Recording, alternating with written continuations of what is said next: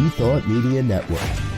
We are a global broadcast network of positive music, media, and entertainment, inspiring humanity's evolution along the journey of enlightenment and creating a world of love, peace, empowerment, and prosperity for all.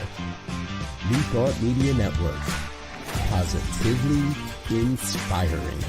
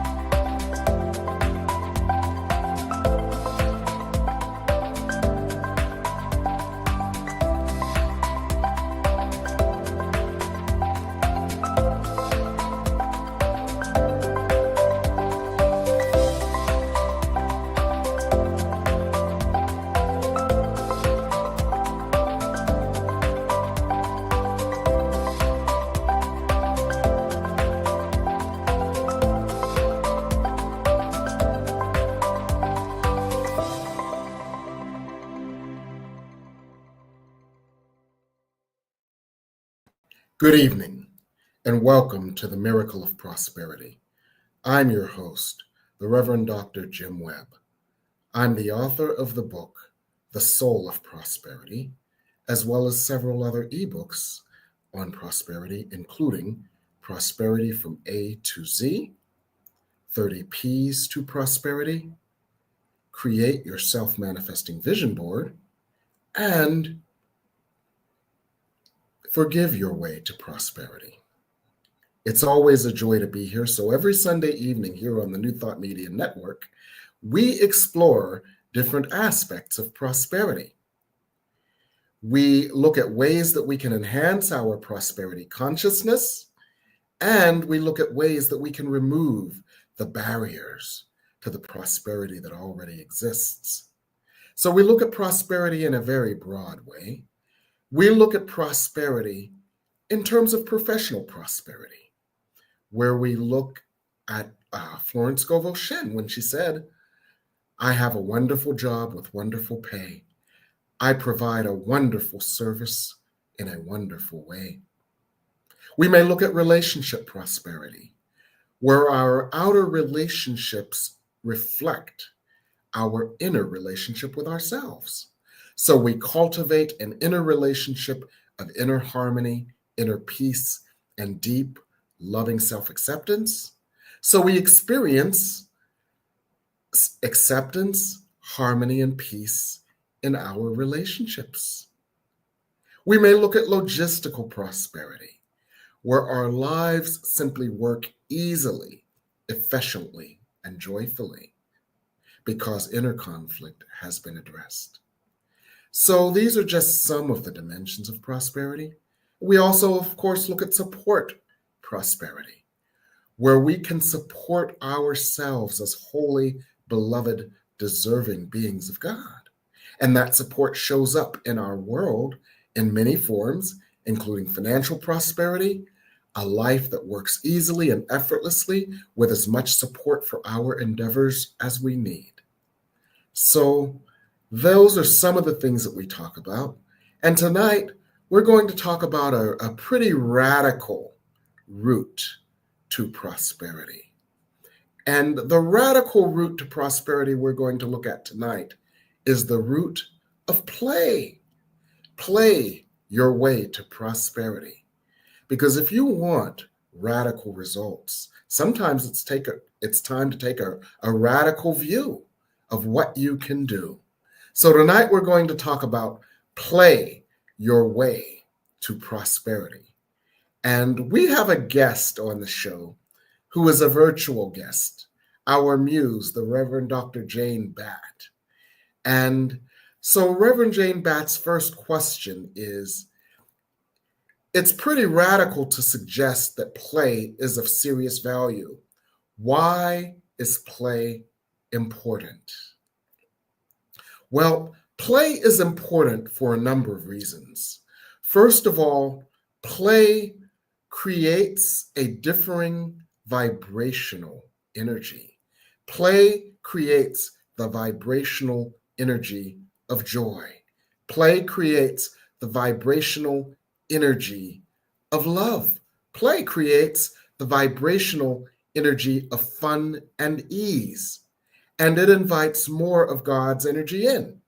For example, A Course in Miracles lessons 103 and 104 say, God, being love, is happiness. Well, play is a gateway to happiness and a gateway to God. Now, in addition to that, play is important because it may create a reset, an energetic reset. And what do I mean by an energetic reset? Well, if your computer is ever malfunctioning, you often hit Control Alt Delete and you turn it off. You do a reset. And then all those programs that are malfunctioning, all those programs that are old and no longer working, those programs get corrected. Well, in our quest for prosperity, we may have been programmed for something other than prosperity. And we may need a reset in the same way that our computer needs a reset to bring in new programming. And play creates what I call an energetic interruption that interrupts the current energy flow, if that energy flow isn't leading to your prosperity, and it then creates a new energy pattern, a new energy frequency. Now, the third reason that play is so important is subtle.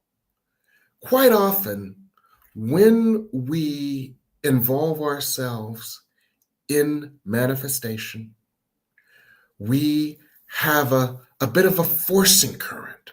It may not be conscious to us, but on some level we think, I've got to do this, I've got to have this, I've got to do this, I've got to do this, I've got to have this. And that forcing current actually thwarts or sabotages our prosperity quest. Because when we have that forcing current, it's saying, I don't have it, I don't have it, I don't have it, I don't have it. And when we're sending that vibration out to the universe is just an objective responder to our energy. And if we're sending out the vibration, I don't have it, then the universe responds by saying, you don't have it? Then you don't have it. So play breaks that old cycle and creates a new energy upon which our manifestation can ride. So I want to thank Reverend Bat for that question. And Reverend Jane Bat had another question following that as well. So what is the real value of play? And is it radical to suggest play is important? Yes, it's radical, and let me tell you why. It's radical because in our minds, in the Judeo-Christian consciousness, we have been conditioned to believe in all work and no play.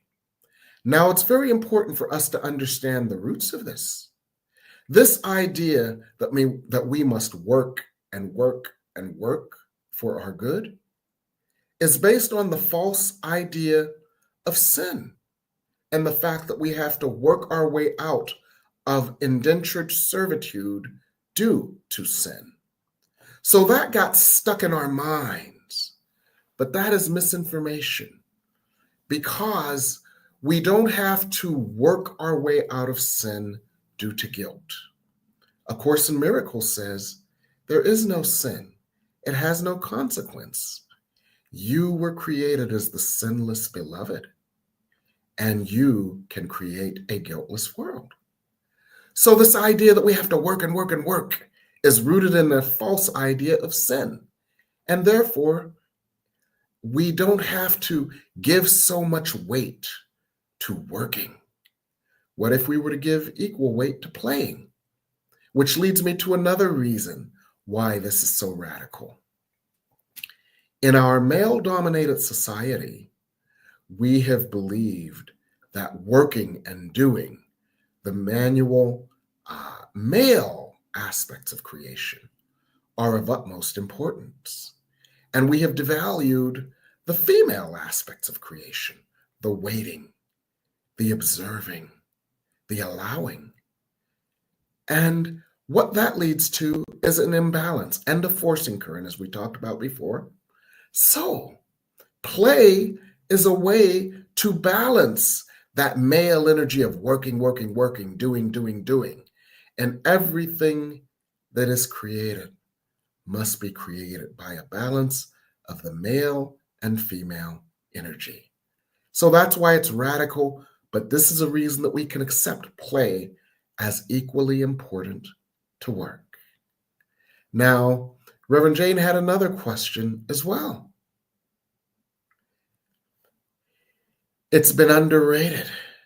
Play has been underrated because of our emphasis on male energy.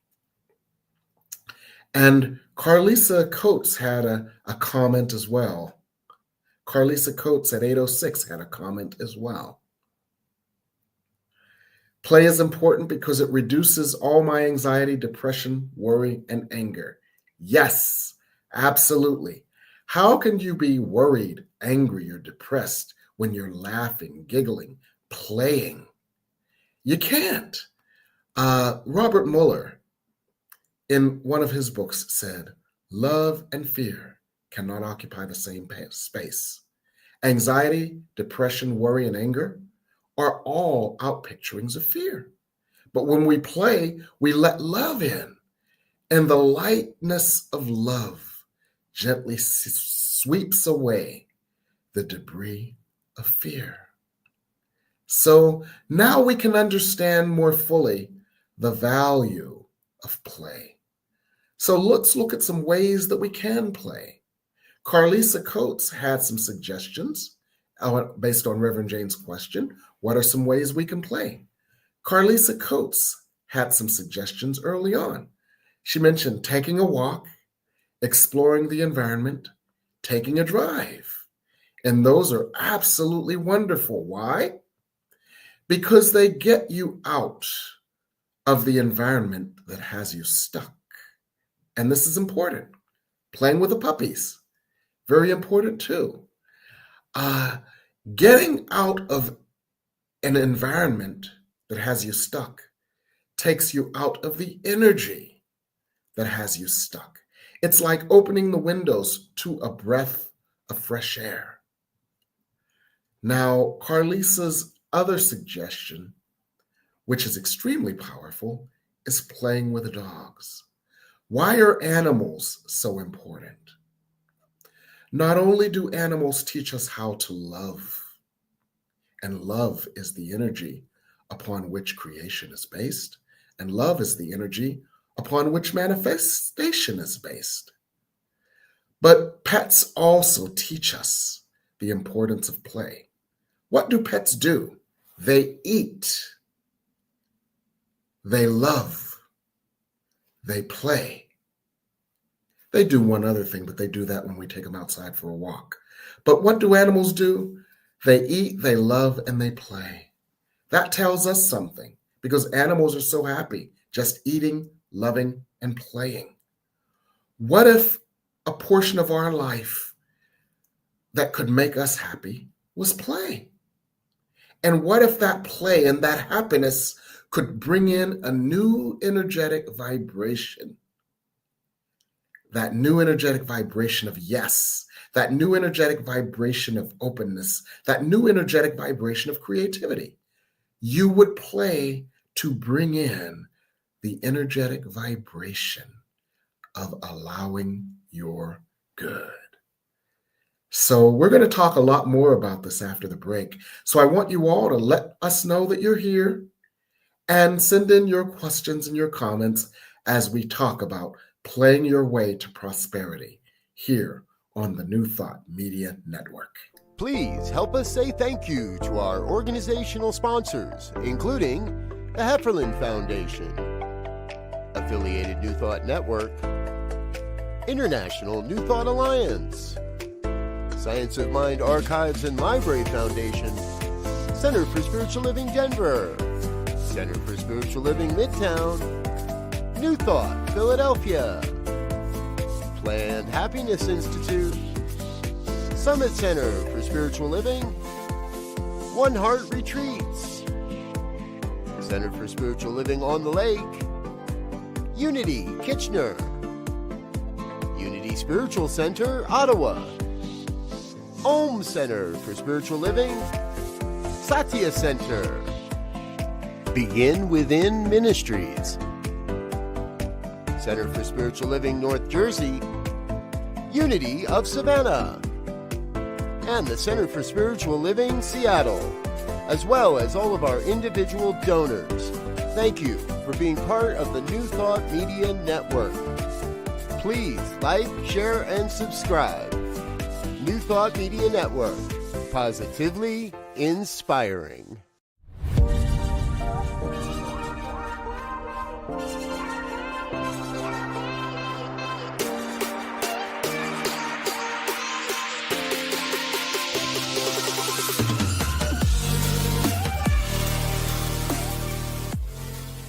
New Thought Media Network is proud to present New Thought's Roots and Branches with Reverend Dr. Ruth Miller. Join us every Tuesday at 4 p.m. Mountain Time. Tune in live or watch anytime on our YouTube channel. Discover the rich history of New Thought and its impact on modern spirituality. Join Reverend Dr. Ruth Miller as she shares insights, stories, and teachings that inspire and uplift. Experience deep insights and transformative teachings that connect you to the roots of New Thought. Visit our YouTube channel to catch up on past episodes and join us live every Tuesday at 4 p.m. Connect with us and be part of the journey.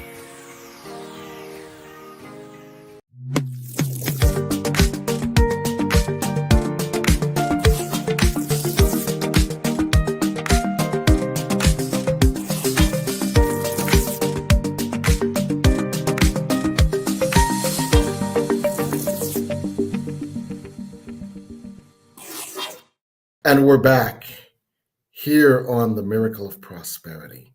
And tonight we're exploring play your way to prosperity. Why play is such an important component of our manifestation process. And we've got a number of virtual guests, muses who are asking questions, and we will address the questions that they ask. So Reverend Jane Batt at 811 said, Reverend Jim, when might we add play to our lives? And I would suggest that you add play into your life in the same way and at the same times that you add prayer, meditation, reflection, and release. For example, one of the things that I've been doing lately is including play as a part of my bedtime ritual. As many of you know, a certain person whose name shall remain nameless lest she interrupt this discussion, she tells me when it's time to go to bed. And what that tells me is that you've got an hour to play, to pray, to meditate, to clean your kitchen, and have your chamomile tea before going to bed. Now, play is an important part of that because it helps me to unwind.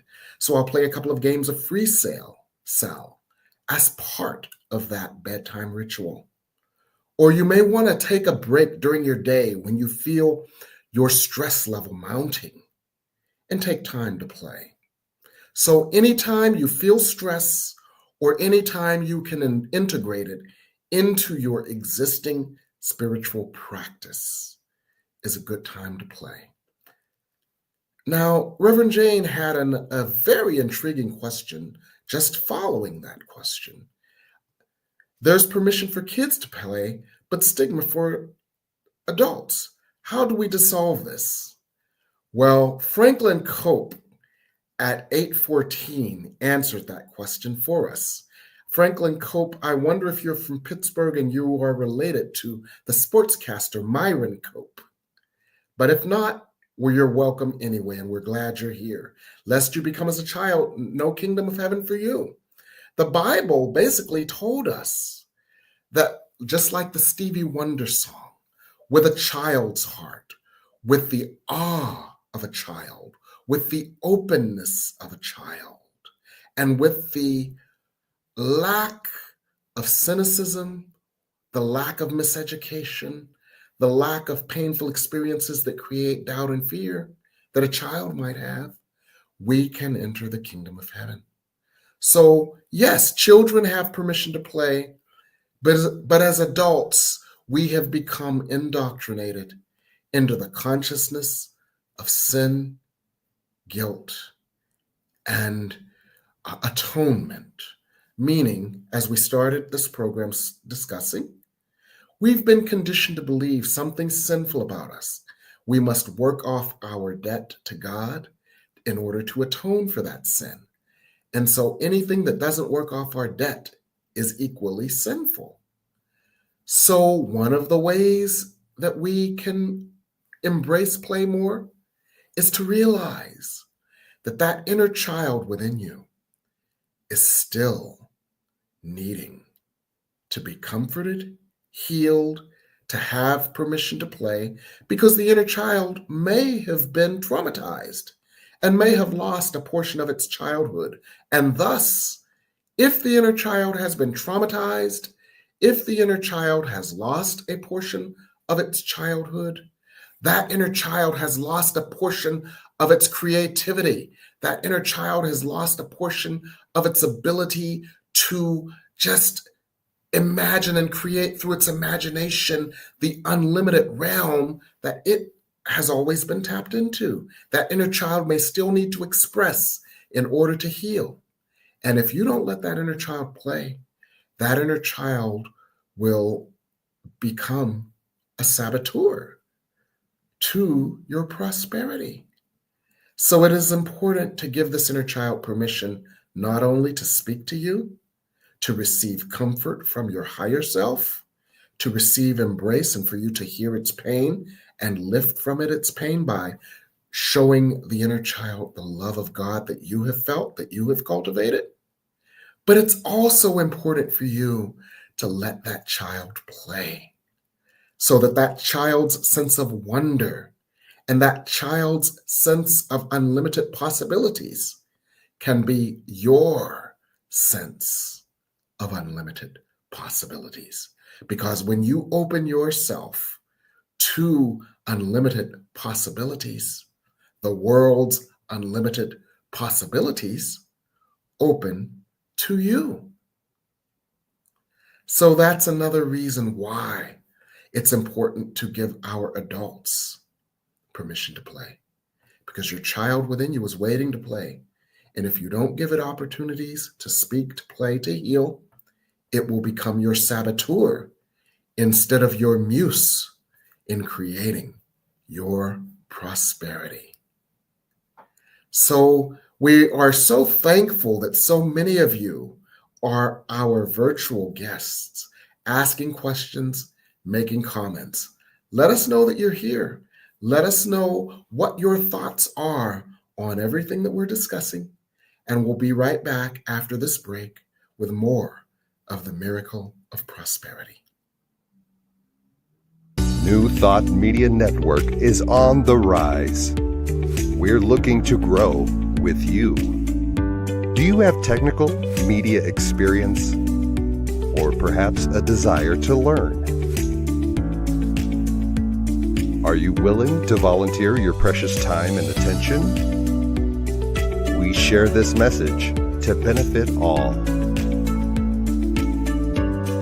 If you possess a computer with a camera and a microphone, we will share our knowledge with you. Behind the scenes or being the star, let us bless our one. Contact us at info@ntmedia.org.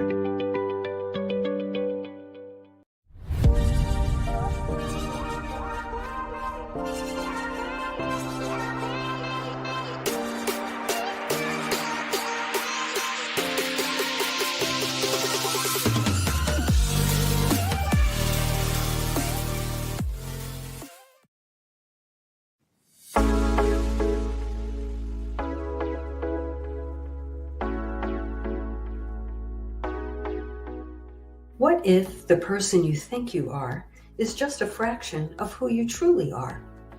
What if years of conditioning and surviving in a challenging world have left you clinging to strategies and beliefs that mask your truest nature? I'm Catherine Duca, psychotherapist and self-esteem coach, and you're listening to Who Do You Think You Are? A show that looks beneath our psychological masks and uncovers our profoundly messy, beautiful, brilliant, tender-hearted essence. Join me as we go in search of the hidden power of our true selves. I'm so glad you're here. New Thought Media Network is excited to present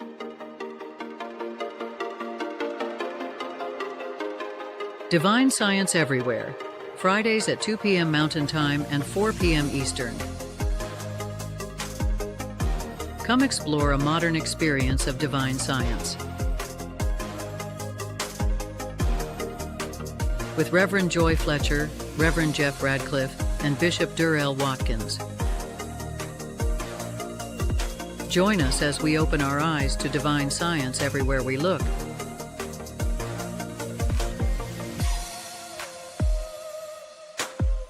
Fridays on New Thought Media Network.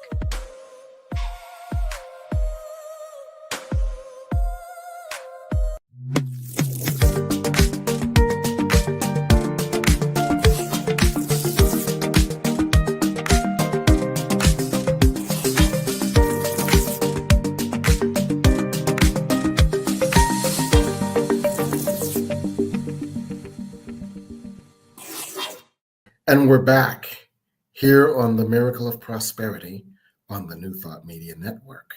And today we're discussing play your way to prosperity. Why play is an important component in our creation and manifestation of our good. So at 8:13, Rosemary Isabella had a very interesting comment, and I'd like for us to expound on that. Rose Isabella, at 8:13 p.m. had a wonderful comment. If it is our birthright to be in joy, then should it not follow that your work should follow your joy? Therein lies the peace. Absolutely. So our job, no matter what our job is, no matter whether our job is laying bricks or laying cement, no matter whether our job is teaching children or teaching adult children about God, no matter whether our job is doing something in an office, our real job is joy. And think about this for a moment, because it's along the lines of playing. If your real job is joy, because joy is the frequency that allows effortless manifestation, then ask yourself, how am I doing? How would I rate myself in doing my real job, which is joy? And how can I introduce play as a way to experience more joy? If you think of it in this way, that joy is your job and play is a gateway to joy, then it becomes easier for you to create a space in your life for more play and play your way to prosperity. Now, shortly after that, Reverend Jane Batt had another question. Can I play in groups? The answer is yes. And this brings to light one of my favorite books of all time. The book is called The New Games Book. I don't know if you can see it. It's called The New Games Book. It was put together by the Foundation for New Games. And back in the 80s in New York, my group of spiritual beings, we would play new games. And it was so joyful. These are all games that are lightly competitive in nature, but mostly games about team building. Get the book if you can find it still in print. I found one at an old bookshop. But if it's still in print, get the book. You'll find it to be fascinating because the games are so much fun. But you'll also find it to be fascinating because of all the hip hugger bell-bottom jeans and all the David Cassidy haircuts and that you'll see in all the pictures in the book. But the New Games book was a book of games that adults could play that were not necessarily competitive, but were more cooperative. And they were also lots of fun. Imagine 50 different types of games of Twister on steroids. And that's what the New Games book was all about. And as you know, one of the new missions of our chapel, my chapel, where I am the senior minister, the Tacoma Metaphysical Chapel, is to be a community center where all can come together for a number of different ways to address the epidemic of loneliness. And one of the ways that we will do this is by having a New Games Day at the chapel, where we come together and we just do new games, where we have group play in that way. So yes, group play is very important. Get the book's New Games if you choose participate or organize in group games. Or you could just do a board game night. That's just as much fun. But play in group, and it can be ecstasy. I'll ask a question. Does anybody remember as a kid playing with your family, playing board games, just laughing and talking and playing Parcheesi and rolling the dice? Well, the feelings that you got, the feelings of comfort, the feelings of safety, the feelings of fun, the feelings of acceptance, they are still waiting for you to recapture them. So yes, play in groups. Now, Reverend Jane had another comment at 8:14 that we would like to address as well. At this historical point, is there extra pressure to remain serious? How do we negotiate with others' judgment? We negotiate with others' judgment by realizing that others' judgment means nothing. And this is a radical statement, but it is a radical statement because if you want radical results, it's time to do something radical in your life. So, why are others' judgments meaningless to us? Others' judgments are meaningless to us because others' judgments are based on their path, their point of view, their misinformation, and their lives. Others project their fears onto us. Others project their biases onto us. Others project their unmet needs onto us. And our task is to be aware of that dynamic and to not get wound up or bound up by that dynamic. We get wound up or bound up by that dynamic when there is a part of us that believes that the other is the source of love, as opposed to one of an infinite number of conduits for love, where you may think, if I don't heed this person's judgments, they won't love me and I will feel unloved. If I don't listen to this person's judgments, then they won't respect me and I will feel unloved. The illusion in that is that we have made that person God. And this may seem like a radical statement, so let me explain. God is the source of all the love we need.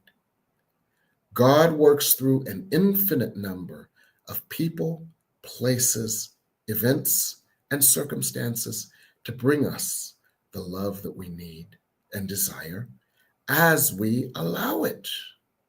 Now we get it twisted when we think that this other person is the source of love.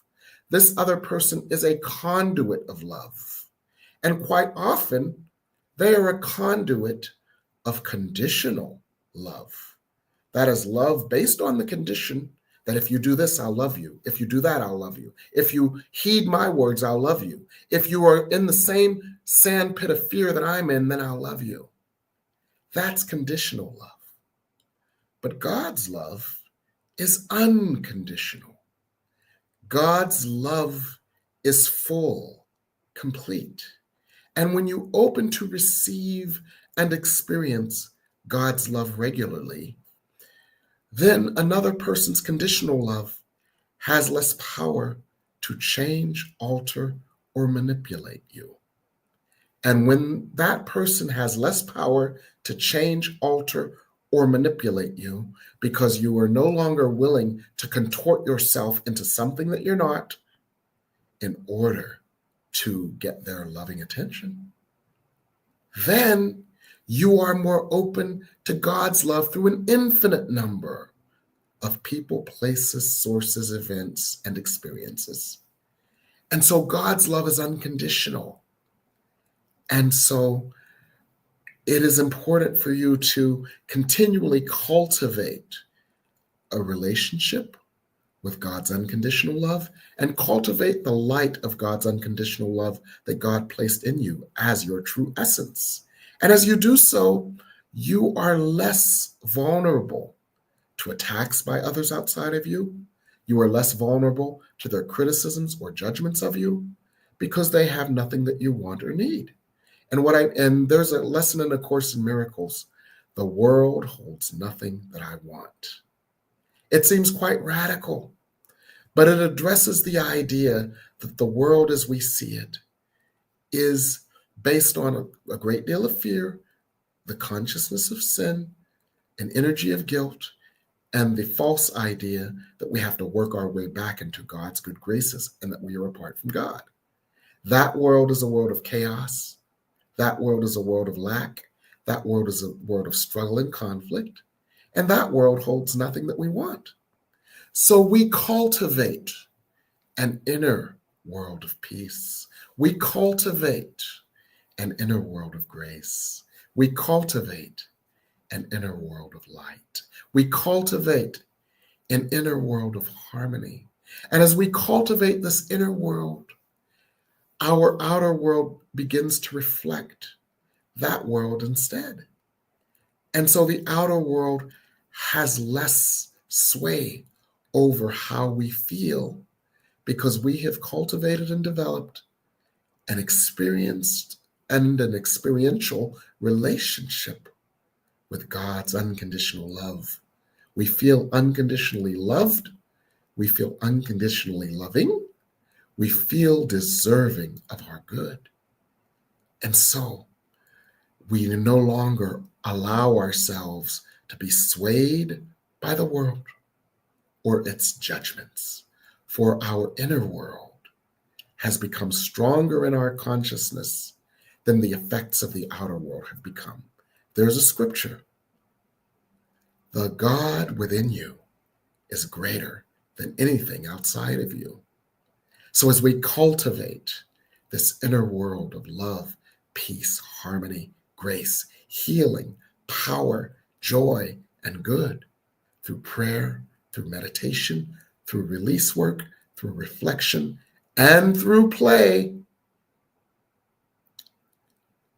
the world has less power over us to determine our happiness or our sadness because we can play our way to prosperity. So that's how we no longer let the judgments of others sway us. Now, Deb Thomas has a comment at 8:23. Play and pray every day. This is her new idea of loving herself. Perhaps this is a part of the new energy of loving the inner child that is your divine responsibility.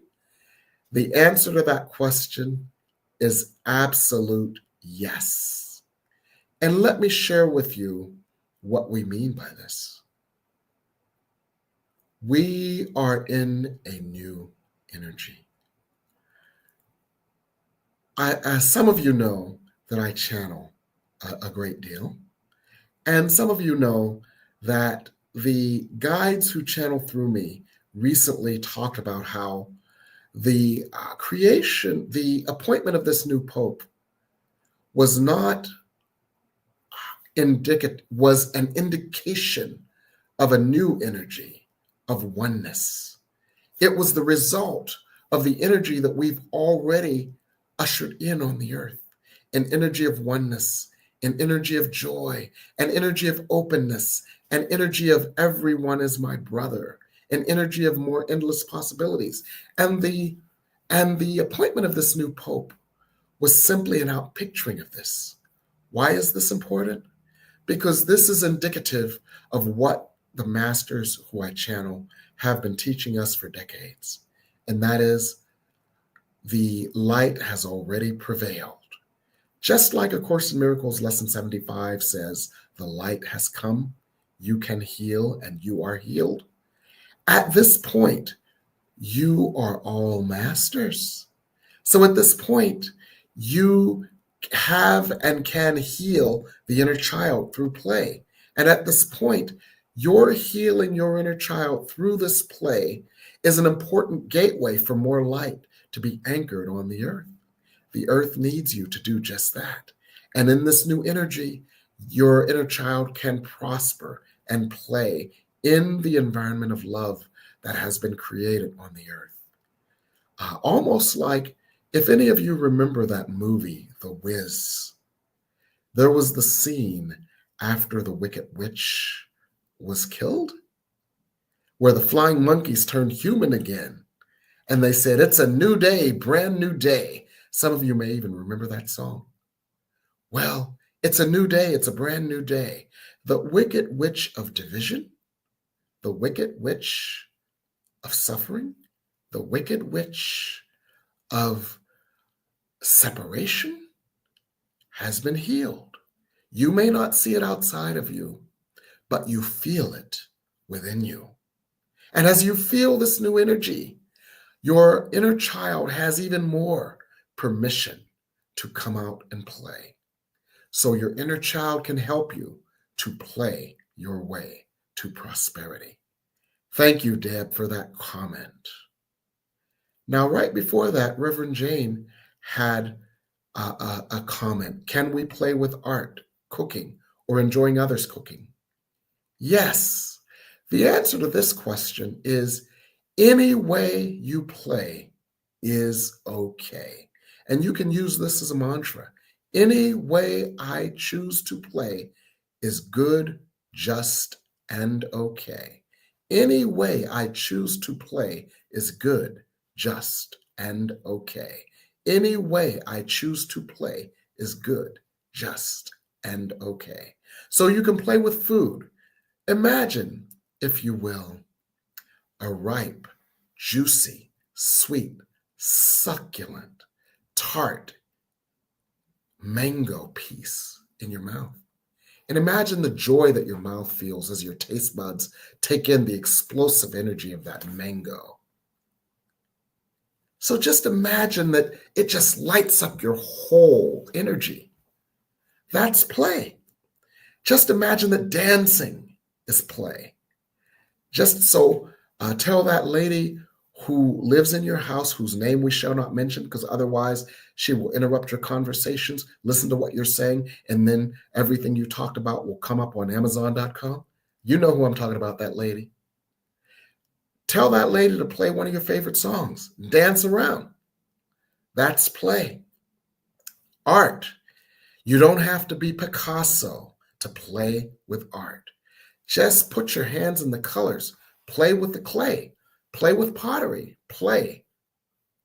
Any way you play is okay. Any way you play puts you into another realm energetically. It puts you into another dimension energetically. It connects you to another energetic vibration that is an energetic vibration of yes, of God, of love, and allowing. And this is the energetic vibration that is necessary for your manifestation. So play your way into prosperity. Play your way into manifestation. So these are just some of the ways that we can play. As Carlisa Coates said earlier, walking your dog, walking in nature, dancing, singing, swimming. Play your way to prosperity. So that's what we wanted to discuss today in Play Your Way to Prosperity. Now, I know that that seems to be quite radical, but if you want to make radical changes in your outer world, it is important to make radical changes within. So that's what I'm up to these days, making radical changes. So I've got a new set of classes coming up: radical forgiveness, deservingness, and manifestation. Why? Because radical forgiveness, especially radical forgiveness of ourselves, resets us. It keeps us from being guilt-ridden, undeserving beings to being fully, wholly loved, lovable, innocent beings who deserve God's good. So radical forgiveness leads us into a radical sense of deservingness. I radically deserve, without condition, all of the good God has for me. And that radical deservingness allows radical manifestation. So if you want to radically manifest your good, radically forgive yourself and place yourself in a space of radical deservingness. So for the next 8 weeks, starting on June 2nd, on Mondays and Thursdays, from 7:30 to 9:30, the masters will help us to go into radical self-forgiveness, to develop and cultivate a sense of radical deservingness, where every part of us feels that we deserve God's good. And when every part of us deserves God's good, there is no part of us that blocks God's good. And then we can allow ourselves the radical manifestation of our heart's desires. This is an 8-week journey on Monday and Thursday nights. It will be mostly channeled with some time on Thursdays for discussion and review, but it's a powerful experience of spirit guiding us from the hellish experience that we've known back into the kingdom of heaven. So I'd invite you all to take this journey with us. Radical forgiveness, deservingness, and manifestation. It's on Zoom, so it doesn't matter where you are, and you will get the recordings. So even if you have to miss a couple of sessions, you can still do it at your own time and experience the powerful energy, the powerful wisdom, the powerful healing, and the individual guidance of the masters who will guide you to radical forgiveness, radical deservingness, and radical manifestation. And if you can't make it at all, you can audit the class. You can get all of the recordings for just $100. You may not have the opportunity to interact and ask your personal questions, but you get the gist of what is being conveyed if you audit the course. So there are a number of ways to get in touch with me. The most efficient is just text me at 202-253-6009. The class is over 50% sold out, and it begins 3 weeks from now. So there is still time, but the classes do tend to sell out. So if you have an interest in this, call me, we'll discuss it. And it's better to do so sooner rather than later, before the class sells out. If you want to make radical changes in your life, then radical forgiveness, radical deservingness, and radical manifestation is for you. So that's what I wanted to share with you tonight. I want to thank you all, especially our lead virtual guest, Reverend Jane Batt, as well as others such as Carlisa Coates and one of our newer guests, Mr. Cope. We're so glad you're here. So thank you all, and Deb Thomas and everyone else who's been with us, Rosa Isabella. Thank you all for being with us tonight here on the Miracle of Prosperity on the New Thought Media Network. Good night.